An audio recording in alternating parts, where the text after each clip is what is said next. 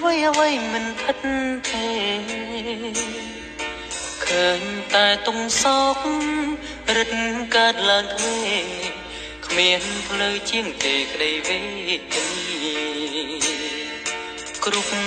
គ្នាតែងប្រាថ្នាចង់បានក្តីសង្សានជាដរា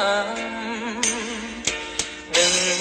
ថាមានឋានមួយមិនចេះស្លាប់ចង់ប្រញាំទៅឋានសួគ៌វិញ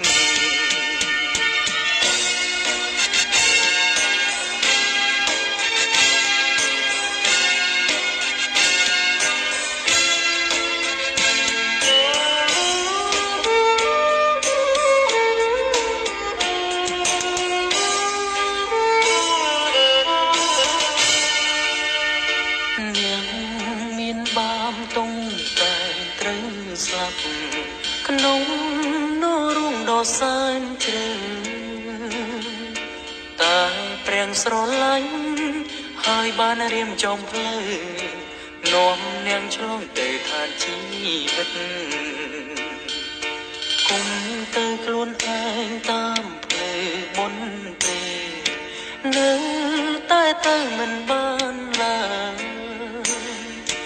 បិទខ្លួនអ្នកបាបធ្ងន់ណាស់ហើយគ្មានអ្នកណាឡើយរំដំបាន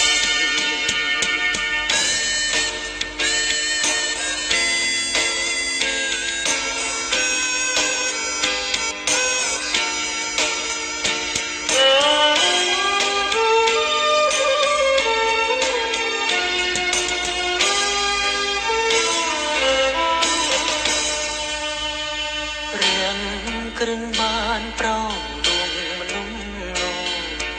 រងមនុស្សលងឲ្យរួមពិតព្រះអង្គជាម្ចាស់ឋានសួគ៌វិសិទ្ធ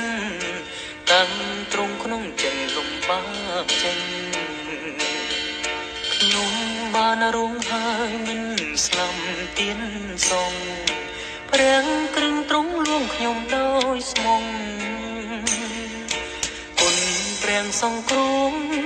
ហើយលងបានទាំងអង្គទ្រង់ជួយប្រងដោយក្តីពិត